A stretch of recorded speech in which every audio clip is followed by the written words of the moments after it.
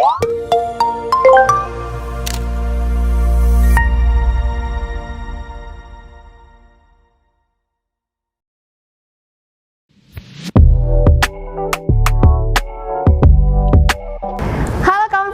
selamat datang di Popcorn, podcast pajak pancoran. Yeay. Selamat datang kawan pajak di episode terbaru Popcorn. Hari ini kami kembali menyapa kawan pajak di rumah untuk menyampaikan informasi terbaru mengenai peraturan perpajakan. Nah, di sini aku nggak sendiri, sudah ditemenin sama salah satu penyuluh terbaik di KPP Pratama Jakarta Pancoran. Silakan Mbak, diperkenalkan diri dulu. Halo kawan pajak, mungkin beberapa udah kenal juga ya. Ya, udah sering. Lagi, percaya diri sekali.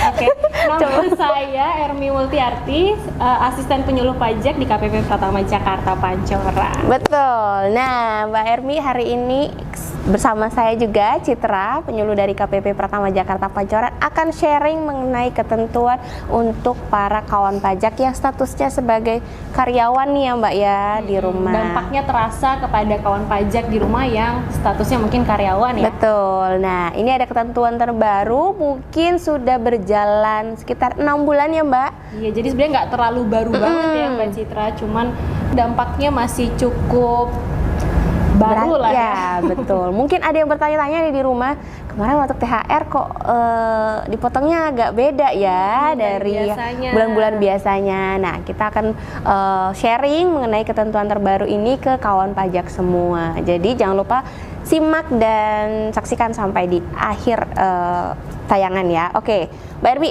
ini ada ketentuan terbaru, judulnya terbitnya di akhir Desember ya. Iya.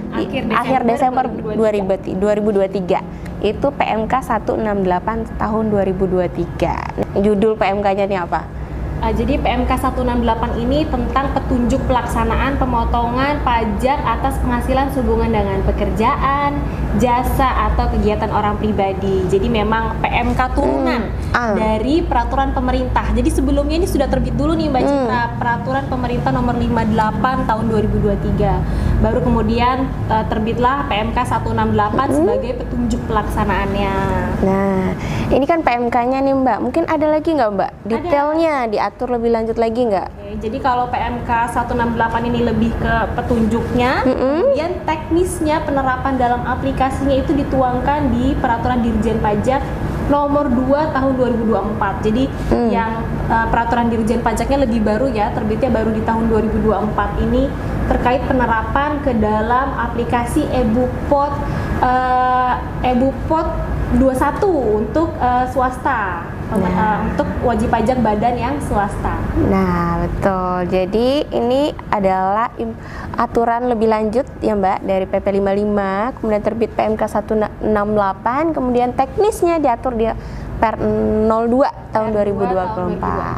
Nah, ini tadi Mbak Ermi menjelaskan kalau aturan ini mengenai pemotongan penghasilan untuk sehubungan dengan pekerjaan. Jadi kalau sehubungan dengan pekerjaan itu simpelnya untuk kawan pajak yang bekerja sebagai karyawan atau bekerja ke pihak lain. Nah, Mbak Ermi, apa sih latar belakangnya adanya ketentuan ini PMK sebagai turunan dari PP 58 ini? Oke, jadi seperti yang mungkin kawan pajak tahu ya, jenis pajak itu kan di Indonesia ada banyak ya. Ada PPh 21, 22, 23, 4 ayat 2, PPN. Tapi dibanding keseluruhan jenis pajak itu, PPh pasal 21 termasuk salah satu jenis pajak yang cukup kompleks karena perhitungannya sangat bervariasi, mulai dari subjek pajaknya saja bervariasi. Nanti ada ke pegawai, bukan pegawai, terus pegawai tidak tetap, ada peserta kegiatan, itu beda-beda semua cara perhitungannya. Kemudian dari segi penghasilannya itu nanti perhitungannya akan berbeda-beda lagi. Jadi terlalu banyak variasi sekali di lapangan. Nah, pemerintah ini ingin memudahkan supaya cara perhitungannya lebih mudah. Kemudian nanti check and balance-nya antara perusahaan dengan karyawan yang dipotong itu lebih mudah. Makanya disusunlah sedemikian rupa dalam peraturan yang baru ini di PMK 168 supaya cara perhitungannya lebih mudah. Jadi tujuannya adalah simplifikasi cara perhitungan. Nah, Mungkin kawan pajak di rumah setiap akhir tahun kan yang statusnya sebagai karyawan swasta atau bekerja dengan pihak lain, setiap akhir tahun itu mendapat bukti potong pajak dari pemberi kerjanya atau perusahaan tempat bekerja. Itu kawan pajak akan lihat berapa penghasilan, berapa pajak yang dipotong. Mungkin selama ini nggak banyak yang tahu ya, ini dapat pajak yang dipotong senilai sekian, ini hitungannya gimana gitu. Jadi selama ini tidak banyak yang tahu cara bagaimana menghitung pajak penghasilan untuk si karyawannya sendiri. Jadi kurang ada checks and balance ya Mbak. Nah itu jadi salah satu latar belakang mengapa aturan PP 58, PMK 168 ini diterbitkan dengan tujuan untuk menyederhanakan perhitungan PPh pasal 21 sehingga antara perusahaan dan karyawan yang bersangkutan tersebut nanti akan ada check and balance-nya, apakah pajak yang dipotong oleh si perusahaan atau pemberi kerja ini sudah sesuai dengan ketentuan atau belum. Karena memang simpel banget ya Mbak di aturan yang terbaru ini. Nah, simpelnya apa nih Mbak? Jadi memang perhitungan dasar dari yang namanya di PMK 168 itu adalah TER atau tarif efektif rata-rata. Nanti mungkin akan kita bahas lebih detail lagi ya terkait TER ini. Tapi pada intinya adalah yang kita lihat dari cara perhitungannya adalah langsung penghasilan bruto yang kawan pajak terima per bulannya dikalikan dengan tarif TER-nya. Jadi sesederhana itu. Kalau dulu nih Mbak Citra, itu cara perhitungannya rumit banget. Setiap bulannya atas penghasilan atau THP yang diterima, take home pay yang diterima oleh kawan pajak ini harus dihitung dulu, dikurangi dengan pengurangnya dulu. Ada biaya jabatan, ada iuran yang dibayarkan oleh pegawai. Kemudian nanti setelah ketemu dikalikan dulu dengan 12, ketemu penghasilan setahun. Dari penghasilan setahun dikurangi lagi dulu dengan PTKP-nya setahun berapa, ketemu penghasilan kena pajaknya, habis itu baru dikalikan dengan tarif pajak. Setelah ketemu tarif pajak setahun dibagi lagi dengan 12, itu ketemu potongan pajak per bulannya. Nah, itu harus dilakukan setiap bulan, apalagi kalau take home pay kawan pajak ini berbeda-beda setiap bulannya. Itu harus dilakukan setiap bulan berulang kali, berbeda-beda cara perhitungannya. Agak cukup memusingkan bagi pemberi kerja dan juga bagi karyawan. Mungkin cara perhitungannya juga untuk mencek apakah sudah benar hitungannya cukup rumit ya. Jadi males ya jatuhnya kalau rumit. Betul. Nah begitu. Nah jadi di aturan PMK 168 tadi ada penyederhanaan bahwa perhitungan untuk perhitungan PPh 21 per bulannya disederhanakan dengan tarif TER tadi. Kalau tarif TER itu ada berapa nih Mbak klasifikasinya? Apakah cuma satu tarif atau seperti apa diaturnya? Pada intinya ada 3 kelompok besar tarif TER. Ada TER A, TER B, dan juga TER C. Nah, yang menentukan dia masuk ke A, B, C itu apa Mbak?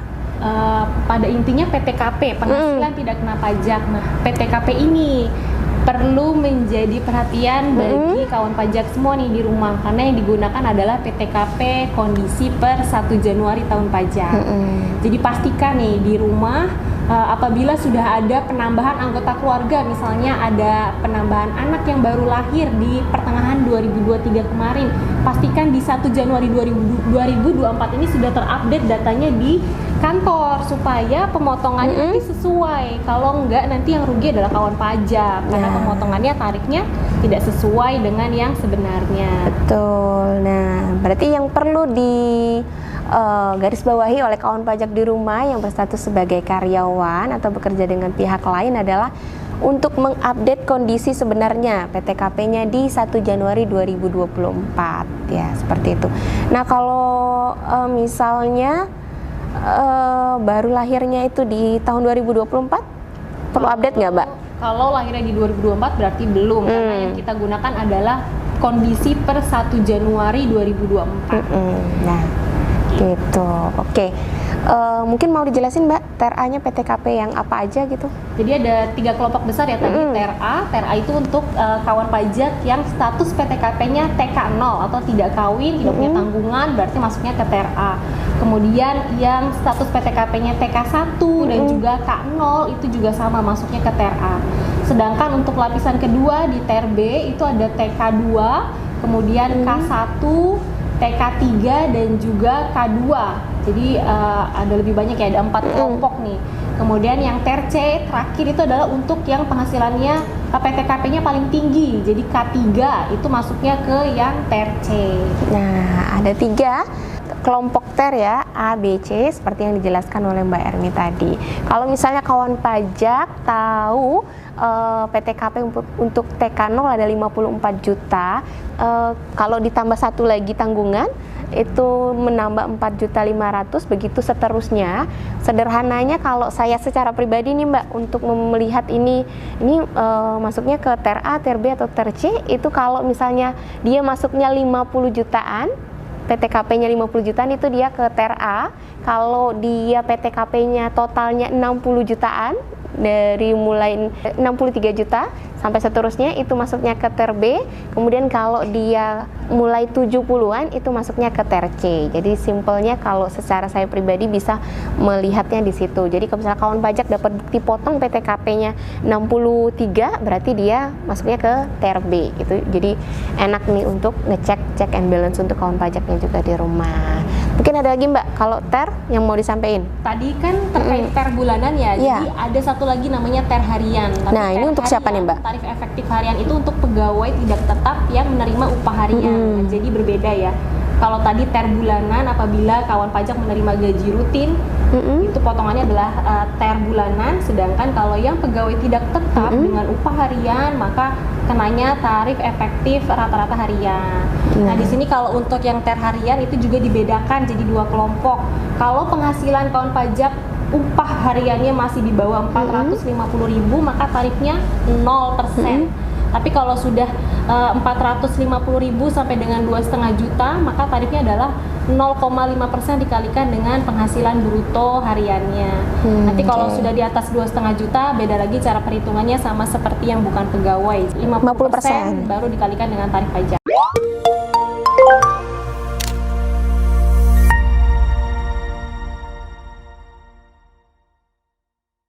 Nah, oke Mbak. Tadi kan kalau ada ter harian untuk bukan pegawai ya.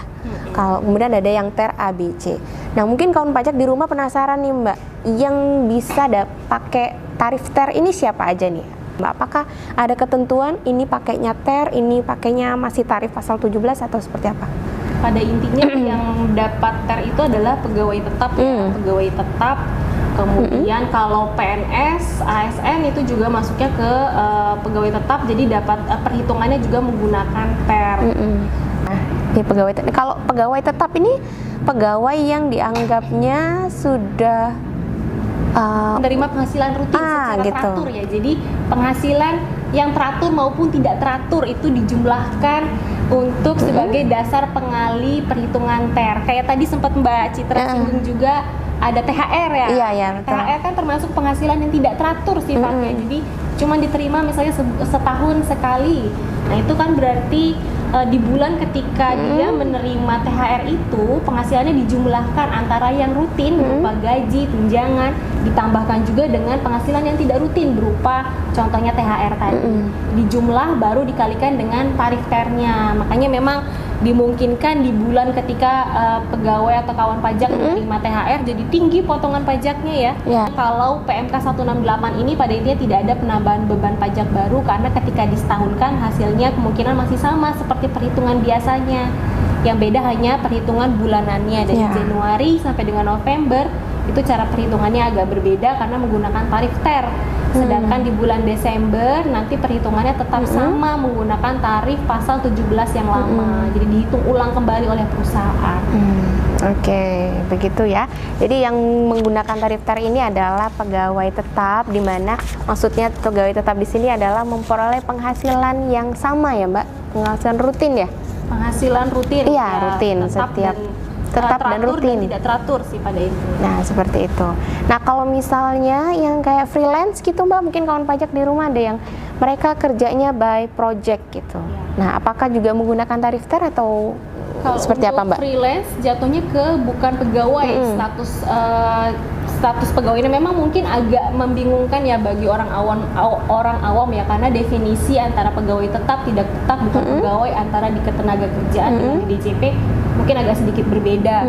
Kalau di DJP untuk freelance kayak gitu masuknya ke bukan pegawai. karena dia dasarnya surat semacam perintah kerja ya, jadi baik. Bukan kontrak harian, jadi tidak ada cuti istilahnya. Kalau dia nggak kerjanya kerja, hanya berdasarkan proyek gitu, nggak ada jatah cuti setiap tahun. Nah itu istilahnya ke bukan pegawai. Kalau bukan pegawai, cara perhitungannya masih sama seperti dulu. Jadi penghasilan brutonya berapa di bulan itu dikalikan dulu dengan 50%, baru dikalikan dengan tarif pasal 17. Yang membedakan dengan peraturan yang lama, di peraturan PMK 168 ini tidak ada lagi diakumulasi dengan penghasilan-penghasilan sebelumnya. Jadi yang dilihat hanya penghasilan di bulan itu saja, tidak lagi diakumulasi dari penghasilan bulan-bulan sebelumnya. Oke, jadi kalau kawan pajak yang berstatus sebagai freelance tidak ada perubahan dengan adanya terbit saat PMK 168 ini. Jadi perhitungannya tetap sama seperti ketentuan sebelumnya gitu.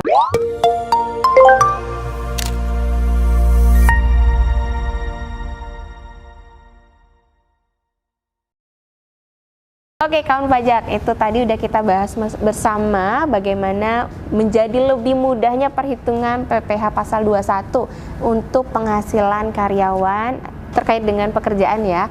Bagaimana lebih sederhananya perhitungannya dengan terbitnya PMK 168 ini.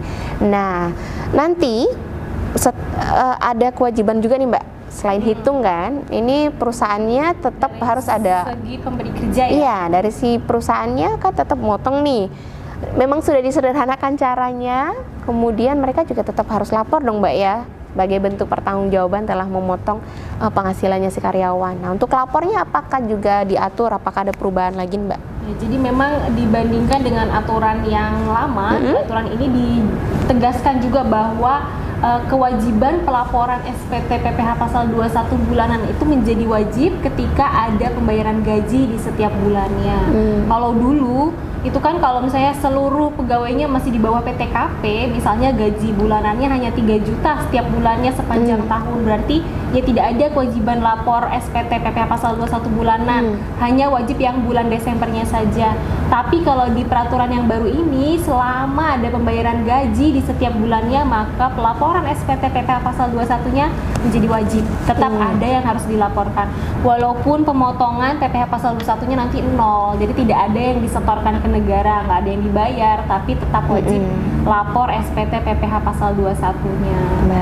Jadi jangan khawatir ya kalau seluruh pegawainya masih di bawah UMR, gajinya masih, misalnya UMR sekarang itu kan 5 juta ya, tapi kalau dari TER terendah aja, yang TER kelompok A aja paling tingginya itu paling batas paling rendahnya 5,4 juta. Jadi sebenarnya masih di bawah UMR juga sih.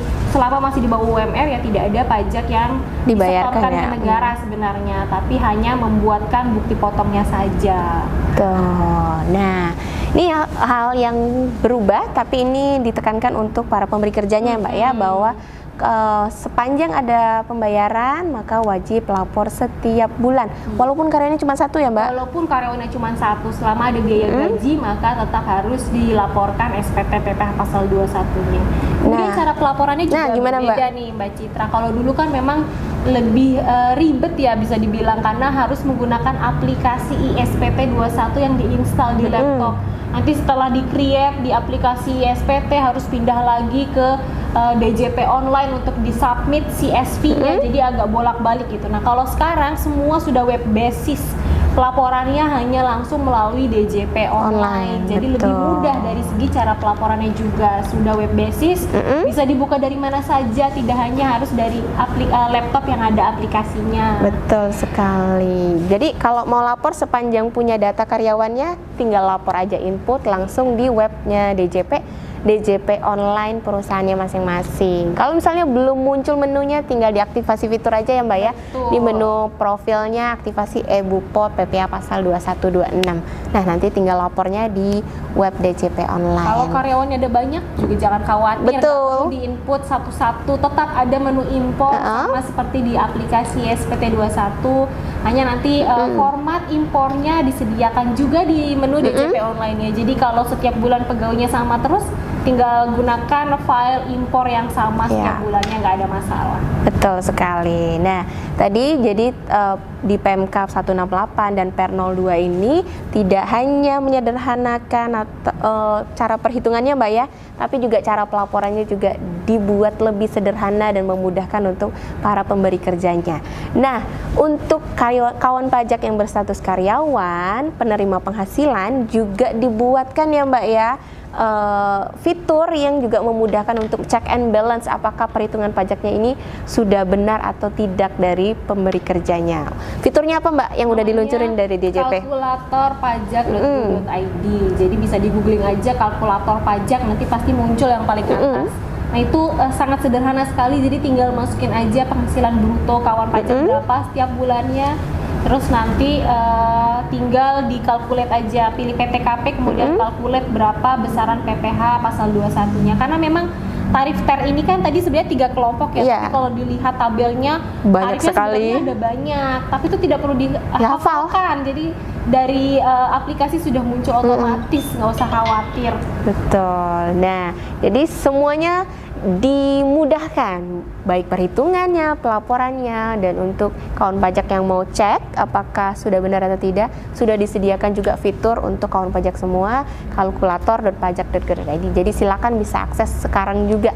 Yang perlu diketahui hanya penghasilan ya Mbak ya, dan PTKP-nya. Kemudian perhitungannya akan otomatis by system. Nah, semuanya udah mudah, semoga diharapkan ya Mbak ya, dengan kemudahan, dengan diterbitkannya aturan yang memudahkan untuk kawan pajak dan juga perusahaan atau pemberi kerja dapat menjalankan kewajiban perpajakannya dengan lebih patuh nih, karena semuanya sekarang disederhanakan dan dimudahkan untuk kawan pajak semua di rumah. Mungkin ada lagi Mbak yang perlu disampaikan ke kawan pajak gitu terkait dengan terbitnya PMK ini? Jadi yang mungkin perlu saya tekankan lagi ya, sekali lagi bahwa PMK 168 ini tidak menambah beban pajak baru bagi kawan pajak. Jadi sebenarnya secara keseluruhan setahun beban pajaknya tetap sama, karena tetap menggunakan perhitungan pasal 17 Undang-Undang PPh, tapi yang membedakan hanya perhitungan bulanan dari bulan Januari sampai dengan November karena menggunakan tarif TER. Nanti di bulan Desember dihitung ulang kembali sesuai pasal 17, makanya disebutkan bahwa tidak ada penambahan beban pajak. Iya, betul gitu. Kalau misalnya kawan pajak merasa kemarin pas THR dapatnya dipotongnya, kok jadi dipotongnya banyak, itu karena pengaruh bruto yang diterima di bulan itu yang lebih tinggi. Tapi kalau dihitung secara keseluruhan ya Mbak, di akhir tahun seperti yang Mbak Ermi tekankan bahwa tidak ada penambahan beban pajak bagi karyawan penerima penghasilan.